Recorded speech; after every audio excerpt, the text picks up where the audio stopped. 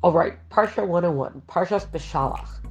The name of this week's Parsha comes from the first verse of the portion. He Beshalach Parasam. It was when Pharaoh sent forth the nation. Right, so the Jewish people already from last week's portion, when we had the plague of the firstborn, and Pharaoh's like, get out of here, right? And they chased them all out. They went out, and they camped out. They all left together. They left Goshen together, and they kind of, they camped in one camp. So now that's where we're picking up. They were in a place called Sukkos, remember? And now, you see, Hashem says he's not going to take them what's called Derech Eretz Plishtim, okay, because he doesn't want to take them. They're going to see maybe the nations close to Israel going to be warring with each other. It's going to be too easy for them to turn back, okay? And he doesn't want anybody turning back. And you're like, how can people be turning back? Why would anybody be going back to Egypt after they finally got out of there, considering everything that happened? So it's because some people were like, okay, now that the Egyptians have been punished, they'll be much nicer to us, right? They know, don't mess with us, so we could go back to our pretty Goshen, and we could go back to the lives that we knew instead of just venturing out into nowhere, into who knows. So God's like, we're not gonna tempt them with that. We're gonna take them. When you look at the way that the route is planned, is mapped out of where the Jewish people went, it's very snake-like. It's almost like, why didn't they just go straight? But they were going up and down and back and forth. Obviously, all of it there was a plan to all of it, but if you'd only see the map of it, you'd be like, hey, this is before the 40 years of warning. You'd be like, hey, who got lost here? No, it also tells us that Moshe took out the bones of Yosef, right, which we said already from last time, and the bones of his brothers. So the 12 tribes were all going to be buried in Israel now, right? This is part of what they were traveling with, going to the land of Israel. Now, so they left Egypt. We know they left Egypt on the 15th of Nisan, right? That's why it's Pesach, it's Passover. Okay, and on the 16th, they camped out in a place called Etam, and there we learned that during the day, there was a pillar of like a cloud that would lead the Jewish people during the day, and at nighttime, it was a pillar of fire that would lead them. Also, the pillar of cloud was not just in front of them, there was clouds above them and below them to protect their feet, and surrounding them. And this is what they called Sukkos. That's where we get the holiday of Sukkah from, is the reminder of how we were surrounded and protected as we left Egypt. The clouds also protected them from, scorpions, or if someone would have attacked them, especially when the Egyptians give chase, that they would swallow up the arrows and like spit it back out and all that kind of stuff. They say the clouds also clean their clothing for them, right? There's no bazaars over the next there's no shopping centers over the next 40 years. So the clouds would clean their clothing for them and all that kind of stuff. Now, so they're on the 16th. On the 17th, they start going back in the other direction. So they're going to a place called Aziashir. So part of it is the setup of it is that Pharaoh had sent officials with them to watch. Like, oh, you say you guys are only leaving for 3 days? Oh, they're only whatever? Okay, we'll see what happens. Okay, obviously they weren't only leaving for 3 days, but it was also to pay attention. And part of this, oh, look, we're going to start traveling, we're going, oh, look, now we're turning around again, was to make it seem like they didn't know where they were going. And that way Pharaoh would gather up his army and run after them, and that way God would be able to finish the destruction of the Egyptians, right, with drowning them in the sea. And this Hashem tells Moshe. At this point, he's telling him, look, we're going back this way so that Pharaoh, his heart's going to be hardened again, and he's going to be like, yeah, they're trapped, they don't know where they're going, right? And there's going to be more glory is going to be brought to my name as God. So that was on the 17th of Nisan.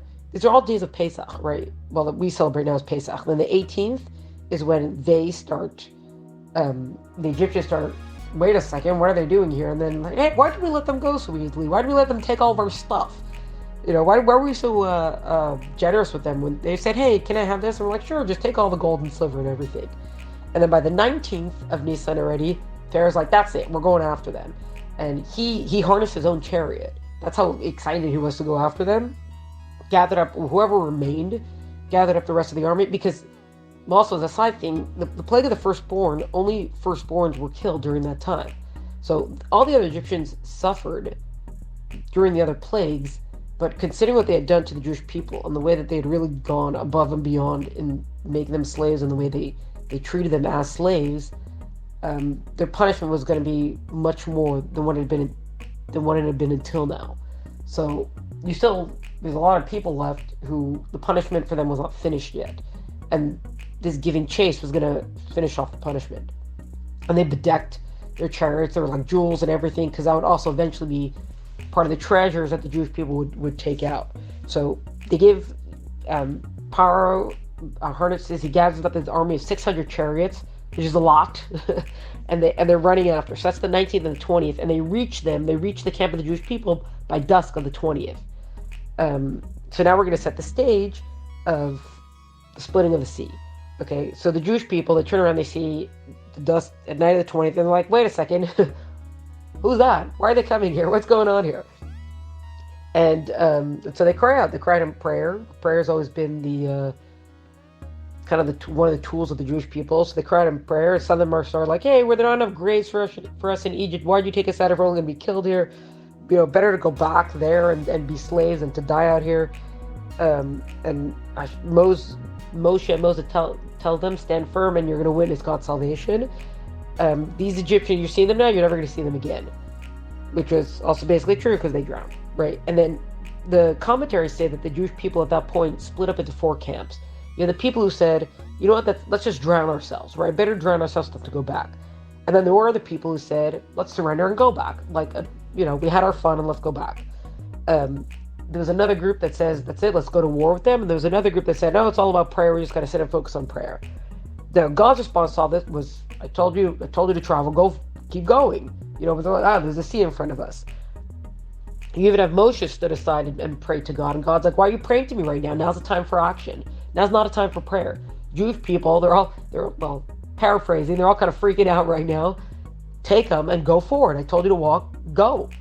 And everyone's looking at the sea, like, but there's the sea in front of us. And you had one person, his name was Nachshon ben Aminadav. We actually mentioned him 1 or 2 portions ago. He's Aaron's brother-in-law. So he was the brother of Aaron's wife. We said when a man looks into a woman to marry a woman, he's supposed to look at the brothers. So this is Nachshon ben Aminadav said, God said go forward, we go forward. And he starts walking into the sea. He had absolute faith. God says to walk into the sea, we're going to go into the sea. And he kept going till it was up to his neck. And he would have kept going. And then at that point, God gave Moses the instruction of, lift up your staff, lift up your hands over the sea, and lo and behold, the sea is now going to split. Now, during that time also, the Egyptians it says they had it caught up, but as everything's going to unfold now, they're not going to be able to close the gap, the distance. They're going to reach a point where they're not going to get any closer to the Jewish people, also because the Jewish people are going to start moving again. But they're still, shooting their arrows and stuff like that toward them, and the clouds were repelling all of it. They were protecting them. Also, the angel that was leading the Jewish people out of Egypt went to the back of the camp to protect them, and you have the pillar of the cloud pillar also moved to the back of the camp. The one that was leading them went to the back also to help with the protection. Now, when the splitting of the sea occurred, it's actually interesting. It's not, if you look at like the elemental, details of it, it's not specifically, the water split. There was a great east wind that came and blew the waters aside, that blew them up into the 2 walls. They actually split into 12 paths, one for each tribe, but it's specifically this east wind. We saw the east wind when it brought in the locusts. So now this east wind, a very powerful east wind was coming, and it was, I guess you could say it was like raging, and it was going all night long, and that's what held the waters up. And so that the Jewish people could cross on dry land. Now, a lot of the commentaries say that at the moment of the splitting of the sea, it wasn't just the Yam Suf, the Sea of Reeds, the Red Sea that split, but the waters all over the world, everywhere, in bathtubs and lakes and wherever, everywhere is split. So they'll be like, hey, what's going on here? And people would hear, hey, remember when that happened? This is a great miracle that God did for his people. Now, of course, when this occurs, the Jewish people start crossing, and they're crossing the whole night. This is the night of the 20th of Nisan that they're crossing, which is actually now, it's a custom for people to stay awake on the night of the 20th of Nisan because of this miracle of, there's learning and stuff that goes on and all that sort of stuff to commemorate the miracle of the crossing of the sea. Now, so of course the Egyptians see what's going on, they're going to follow after them. right? So the chariots, in the beginning, as it's turning into morning of the next day, the Jewish people have mainly finished the crossing, and the Egyptians are now finally caught up enough to follow. Now, it says that the cloud pillar turned the seabed muddy for them, and that the fire pillar turned that mud boiling hot. Right, so you're trying to cross with all these chariots, and it's burning the horses' hooves. And they say the wheels are falling off the chariots, so you can imagine it's a very bumpy ride. It's a very uncomfortable ride. And there's a lot of confusion that was being caused. And the Egyptians at that point are like, oh, turn back, God's fighting for the Jewish people, you know? And then on the morning of the 21st now, God tells Moses, okay, raise up your hand, and, you know, the wind's going to release the waters, basically, and it's going to come back down, and all the Egyptians are drowned, and they return in the sea, and that's the end now of the Egyptian army. It actually says that if you look again, so going back to the map, if you look at the route, the way that they crossed the sea, it was not a straight line. They sort of made a semicircle and came back onto the same shore that they had left, just much farther down the shoreline. And part of that was that it says that the bodies of the Egyptian army, some of them washed onto shore, and that way the Jewish people were able to see definitively, like, these people are gone. They are never coming for you again. And at that point it says, the Jewish people saw us, they believed in God, they believed in Moshe's servant. Right, which a Jewish leader is not just a bridge between the people and God, he's more like a knot, right? Because a bridge is its own entity. There's one piece of land, there's another piece of land, and there's a bridge, which is its own thing connecting them. But a knot is not its own entity. It's part of the same. It's part of the same string, I guess you could say. It's not its own thing. It's a uniting piece. So that's kind of like the role of these great leaders. So like Moses, that's what the role is. Now at this point we have very famous the Aziashir. This is something that's read. It's read on this day of Passover. It's the seventh day of Passover. It's going to be read, so it's read in this week's Parsha. It's something that's actually said in davening. Every day we say the Aziashir prayer, which is the Song of the Sea. And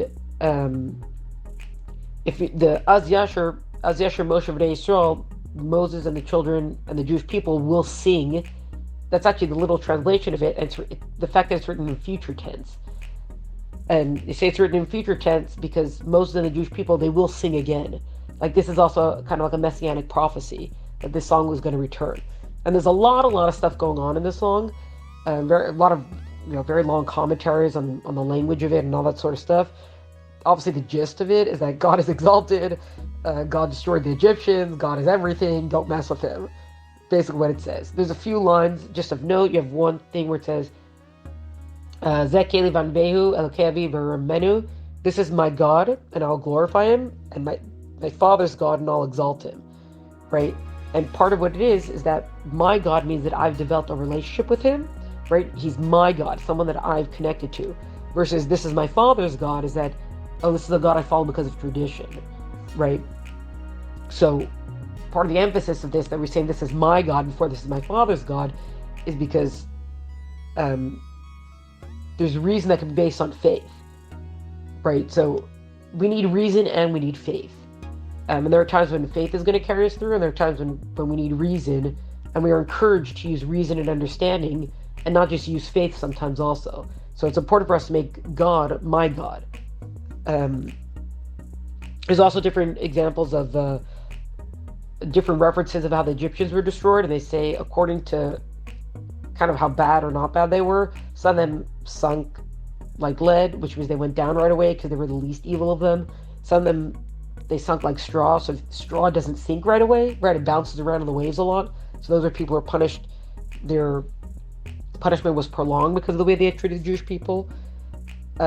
Just for fun fact, one of the lines of the song is Mi kamocha be'elam Hashem. Like, who is like you among all the supernal beings, God? But if you recognize that phrase, Mi kamocha be'elam Hashem, you have the first letter of each word, Mem, Kaf, Bet, Hey. Well, not Hey, Mem, Kaf, Bet, the Yud of God's name is Maccabee. That's where the Maccabees that's where the name comes from, is from this verse. There's also lines about, all the nations are going to hear about this, and glory is going to be brought to your name. There's going to be dread and terror about, from God and what he could do. There was also prophecies about entering the land. They expected they were going to go straight into the land and build the base of Mikdash, right? Which obviously that got waylaid when they wandered for 40 years. But this was all anticipation leading up to it. So it's a big song that was sung. Now, there's different opinions. Did Moshe sing the song and the Jewish people repeated? Moshe sang it and the Jewish people sang the refrain. Moshe started the song and everybody sang together. A lot of different commentaries on that. But after Moshe and the men sang, we also have Miriam led the woman in song, right? She led them in singing and dancing, and they had their timbrels and their tambourines. And she said, well, where do these musical instruments come from? Well, they packed them. They packed them and they left because the Jewish woman's faith of redemption was so strong. We actually have the verse that tells us that it was a merit of the woman's... Well, we went through this, I think, a few portions ago. That the woman's faith in the redemption was so strong that it was in the merit of their faith that the Jewish people were redeemed. So, Miriam leads the women in the singing and the dancing, and then now we're at the 22nd of Nisan. 22nd of Nisan, it was like, okay, we've collected enough collecting all the treasures that's Walsh ashore, now it's time for us to head out. So they head out, over the next 3 days they're walking. The 25th of Nisan, they come to a place called Mara, right? Mara, which means bitter. Now, the phrasing of the story is that they came to a place and the waters in Mara were very bitter, so they complained. They were like, how are we supposed to drink that? We can't drink this stuff, right? So Hashem showed Moshe, okay, use this branch from a tree, you throw it in, it's going to sweeten the waters, and that's what it did. The waters are sweetened, everybody was able to drink from it. You also there were different Torah laws that were taught here, stuff for the Jewish people to start studying in anticipation of the giving of the Torah. They're told, if you listen to God and listen to God's ways, all the sicknesses of Egypt are not going to befall you. We have the famous line of Ani Hashem Rafecha, I am God your healer, which is actually the month of Iyar, which is the month that follows the month of Nisan, the month that follows the redemption, the Exodus, is said to be an acronym of this phrase, of I am God your healer, right? Like, don't worry, I'm looking out for you guys. Now, something interesting about this place called Mara, where all the waters were bitter, the verse says, they couldn't drink from the waters, that they were very bitter, right? So if you could look at a literal thing, you're like, oh, it's talking about the waters being bitter. But you can also translate it as that they couldn't drink the water because they were bitter, as in the Jewish people were bitter in that moment, and so when someone's bitter, everything tastes bitter to them, right? So it's their own, as you say, bitterness that brought upon the bitterness of the waters. Now, from Mara, they journeyed on to a place called Elim. There in Elim, it says there were 12 springs of water, and one for each of the tribes, and 70 day palms to represent the elders. There's an idea of whenever it's referred to the elders, and we know Sanhedrin and all that kind of stuff, it's always the number 70, right? So they stayed there for a little bit. From Elim, they went to a place in the the desert in Sin, and now we're about a month later now. We're at the 15th of Iyar. And at this point now, the Jewish people start to complain about the lack of food.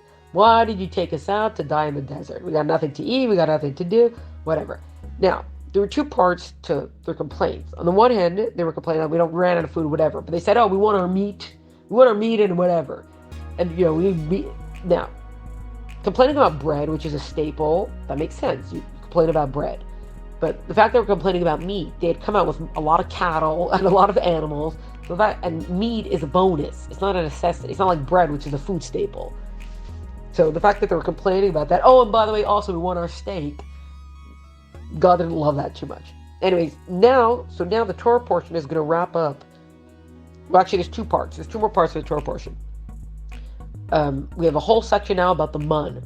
This is our first introduction to the Manna, that God says, I'm going to rain down bread from the heavens, and the people are going to see it, and we'll see if they follow my teachings. We'll see if they listen to me. So what is that? That 6 days you're going to collect the manna, and the 7th day you don't collect any manna, right? Now, also the 6th day, there were a lot of miracles. Obviously, there's a lot of miracles. You have manna raining down from the heavens, but part of it was that no matter how much people collected, they were told collect an omer, like a certain amount. An omer is about 2.475 liters, about 2.61 quarts. That's about how much an omer is. They said that's how much you have to gather per person every day, right? You got 10 people, you got to gather 10 omers worth. And then no matter how much someone gathered, if they ended up getting a little bit more or a little bit less, somehow it always ended up being, they came home with it, it was always the exact amount, exactly 1 omer per person. On the 6th day, on Friday, their portion doubled. They collected the 1 omer and they came home and it was 2 omers. Right? And that was one thing. They're like, hey, what's going on here? Okay, you got a double portion because of Shabbos. You cannot go out to collect on Shabbos, and there will be no man coming out on Shabbos. Also, they were told don't leave any to the next day. Some troublemakers tried to, and their man got all maggoty and wormy and gross. They say it was Dasan and Aviram. If you remember, also from a few portions ago, when Moses came out of the palace and he saw one man raising his hand to another to hit another, and they went to tattletale on him to Pharaoh about the Egyptian that Moses had killed. So they say it's them. A lot of times we see some of the trouble that occurs in the desert. A lot of it is there's Dasan and Aviram again. Now, God also tells Moshe and Aaron to relay that at dusk, at nighttime, I'm going to send you meat, which was quail. There were going to be these quails that are going to come that they were going to be able to capture and cook for meat. And in the morning, that's when the man's going to fall. And the man fell, and it was protected with layers of dew. Underneath it was dew, and above there was dew, and it was protected. It was kind of coated for them, and it looked like when they went out, it looked like there was like frost all over. And when they saw it, they were like, "Oh, manhu! Like this is a portion of food," which sounds familiar. That's where the name comes from. Manhu, man. Now this is also the man. This is what they were going to eat for the next 40 years, consistently every day, going out to, besides for Shabbos, going out to gather the man. It says, the way it describes it is that it was like round and it looked like a coriander seed, except it was white. And it said the natural, like the default taste of the man was like a fried pastry and honey, like with some oil in it. That was kind of like the default flavor of it. So maybe, I guess like kind of like a churro without the cinnamon. Oh wait, there's no honey on that, but that's kind of what it tasted like. Even though you could also, it would also taste like whatever you wanted it to taste like. So there were some exceptions that if a food that's harmful for a nursing infant, it would not taste like that. So I think it's like cucumbers or watermelon, or maybe one other things that nursing mothers the man would not taste like that for them. Just interesting. Now, it was also Moshe instructed Aaron that to put aside an omer worth of man in an earthenware urn, and that was going to stay when the tabernacle, when the Beis HaMikdash was going to be built. It was going to stay in the urn, in the holy urn, and they would have it. It would last forever throughout the generations. Say, hey, remember how God took care of you? Right? It's not just a desert thing. Like, oh, God takes care of us in the desert. God always takes care of us. He provides for us. He gives us sustenance. It was always going to be like a symbol and a reminder of what God has done and what God does for us. Now, interesting is that we have with the man, that we have collect for 6 days, but on the 7th day you don't collect. It says every man should stay in his place and no one should go out. This is actually part of the laws of Shabbos are being given here, right? That you don't go out to collect stuff on Shabbos. That you don't go. That a man should not leave from his place is part of the rules about how a person is not supposed to travel outside. He's not supposed to travel beyond settled areas. 2,000. Well, he's not supposed to go 2,000 cubits, which is about a cubit is about 48 centimeters or 1.57 feet. So what is that, like over 3,000 feet or something? A person is not supposed to travel outside of settled areas, or like that's the length of it. If he does leave those areas, then he's only allowed to go like 4 cubits. That's part of the rules of Shabbos. And it's why is Shabbos with the man? Well, because keeping of Shabbos is a testament of God's providing for us, right? The man represents God provides for us, and every day he would give to us, and whatever man was left over after the Jewish people collected, that melted away right? So it's not like, oh yeah, don't worry, it's still there and we'll get the rest of it tomorrow. It's like every day, every morning they had to wake up with the faith that that there would be man waiting for them, right? And that represents the faith every day that God provides for us, God sustains us. And on Shabbos, when we can't go out to collect, it's part of our trust and faith in God. And He's there to sustain us and He provides for us. And we don't have to go out to try to collect on Shabbos, as God told us not to. So we see the connection between that. So now, just wrapping it up. So from there, this all occurs, and now from there they go to a place called Refidim. Refidim is important because that's where the Jewish people are like, we need water. We're running out of water. What are we supposed to drink here? And Moshe turns to Hashem and he says, if I don't give them something, they're all going to stone me. These people are mad. And God says, take your staff and go and, in the presence of the elders, go and strike the rock. This is the time that God actually tells him to strike the rock, because there's another time where he's first told to speak to the rock. He was told to strike the rock, and water's going to come forth, and this is where the well that sustained all the people in the desert for the next 40 years comes from. Now, even though Moshe was the one who struck the rock, the commentaries say, and we know because later on, with her passing, that the well was in Miriam's marriage. And so the merit of Moshe's sister Miriam is where the well is. Now, from Refidim, that they now renamed the place Masa Meriva, that it was a place of contention, testing and contention, where the Jewish people said, oh, is God with us or not? Right? How come we don't have any water? Is God with us or not? Now is where it leads into, this is the final part of this portion, the attack of Amalek. Amalek was a people, the great grandson of Esav, right? And this is the Jewish people's arch nemesis. Forever and always, these are our ultimate enemies of all time. And part of it begins here, because when the Jewish people came out of Egypt and they were riding high and they had escaped from, and God had for them destroyed the most powerful country in the known civilized world. And everyone knew about it. Everyone knew about the miracles, and everybody knew about anything. Within all that, Amalek was the first nation to attack the Jewish people, which is why we are forever commanded to destroy them. God does not want any remnant of their memory to ever remain on this earth. It's an actual commandment to erase the name of Amalek. We haven't fully accomplished it yet. Haman, the whole story of Purim, Haman comes from Amalek. Most of the people who cause us problems, throughout the generations, they're from Amalek. Now, there's a spiritual component to it also, about what Amalek represents.